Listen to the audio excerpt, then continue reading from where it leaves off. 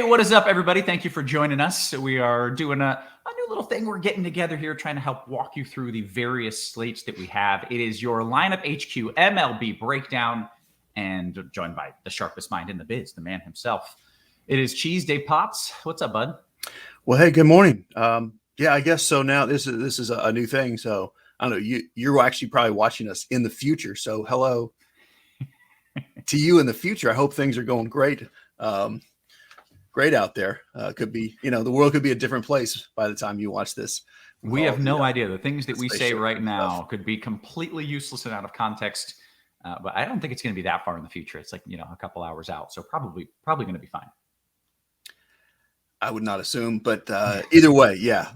We do let's talk about what we've got here, because there are multiple slates, and we wanted to show off Lineup HQ, kind of give people just a general idea of how to attack and approach these various slates for today, Cheese. So, yeah, basically we have a different 4-game early slate on each of the sites. And we will be back at the usual time for crunch time tonight. But for this, we'll look real quickly at the 4-game DraftKings slate and then the 4-game FanDuel slate, which 2 of the games are the same on each slate. But then we kind of have a little difference going on with the first 2 games being on the DK slate, and then the 2 640 games being on the FanDuel slate. I see. Well, if it's only 50% commonality, that's really different. Those are 2 wildly different slates then, right? Yeah. So what we end up with, really both slates are pretty pitching heavy. So we're gonna walk through DraftKings first, and then we'll jump to the FanDuel and just kind of touch on the overall picture and a little position by position. Well, I'm seeing we got our boy Wheeler here, and he looks like he's got all the little rainbow dots going on. So I think that means exactly in Lineup HQ talk, he is good. Yeah, he's kind of the only trustable ace. Really, all the pitchers are somewhat viable, but on DraftKings, you don't need the salary. There's really not that much to spend on with the bats, and there's no reason not to just play the one trustable guy. He's consistent. Every projection system has him as the best. He's in good form right now. The matchup's fine. Just play Wheeler. You're overthinking it not to play Wheeler. But then it gets pretty sketchy. Sketchy as in not bad, but not. You can't feel just 100% on any of these next few guys. Right. Long-term stats, name recognition. Lucas Giolito looks like the guy. He jumped off the page to me. I was like, this seems easy, Wheeler and Giolito, but man, he's been getting shellacked.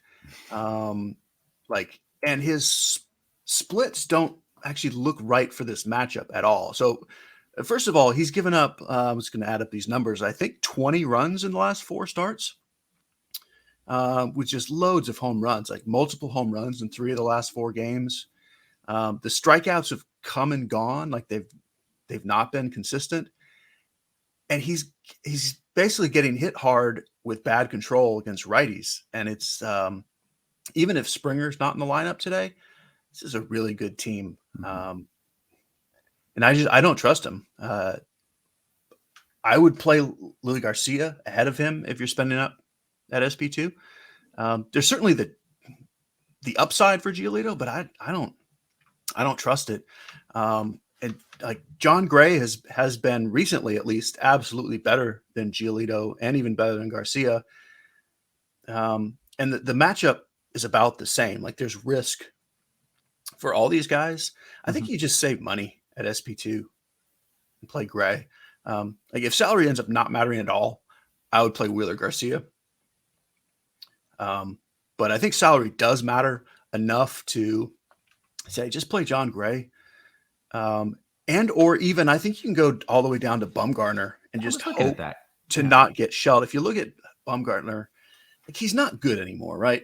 But you still see a bunch of these 12 to 15 point games. And that's pretty much what you expect. He's going to give you the innings. The Machado-less Padres are just not great. Right. I think you absolutely want 12 points for 5,800 today. So I do prefer Gray, but not by a ton. So to me, you lock in Wheeler and then you build your offense and then you come back. And if you just get stuck with Bumgarner, I think it's okay. Okay. Well, I think we've got 4 minutes here to finish breaking down DK. and then to get into FanDuel as well. So why don't you talk just briefly about the bats here, maybe a stack that you're looking for or something. Yep. So basically, other than the Rangers, you can stack any of these teams. The Mets are mostly I just like Pete Alonso. But then the rest of these teams, none of them would be like top tier teams on a full slate. But with the Giolito struggles, I like Toronto a lot. Mm-hmm. Both the White Sox and the Diamondbacks, you're kind of playing for them to get into the bullpen early. Like these are both pitchers who don't pitch deep anyway. And those are teams I like just stacking, White Sox and Diamondbacks. With the Phillies and the Astros, I think you can jump in with some spend up one-offs. Play your Harper, your Schwarber, your Alvarez, Tucker around your other stacks. So basically, I think the plan for me is whatever team I'm stacking, get a couple of the cheap bats in there and spend up for your one-offs with mostly those Phillies and Astros lefties.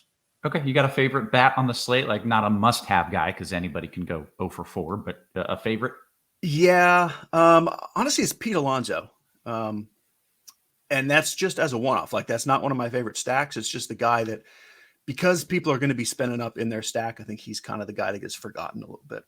Great. Okay. Let's talk about what we're going to do over on FanDuel. You only get one pitcher and the pitchers are different. I don't know if Wheeler's in it. You're going to click it. We're going to see. Yep. He is. He still exists. Still Wheeler, still the top guy.